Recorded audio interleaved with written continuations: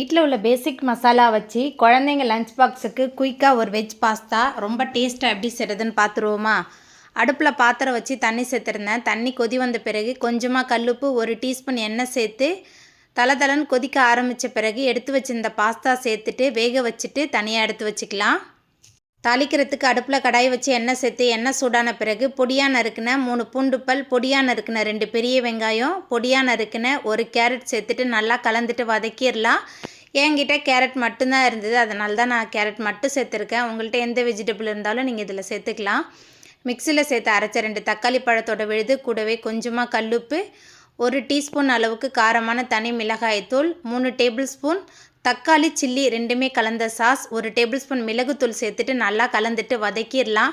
எல்லாமே சேர்ந்து நல்லா வதங்கி ஜாம் பதம் வந்த பிறகு இதில் நம்ம வேக வச்சிருந்த பாஸ்தா சேர்த்துட்டு நல்லா கலந்துட்டு நம்ம சேர்த்த மசாலா பாஸ்தா எல்லாமே நல்லா கலந்த பிறகு நல்லா சுட சுட டிஃபன் பாக்ஸ் கொடுத்து விட்டு பாருங்கள். குழந்தைங்க ரொம்பவே விரும்பி சாப்பிடுவாங்க.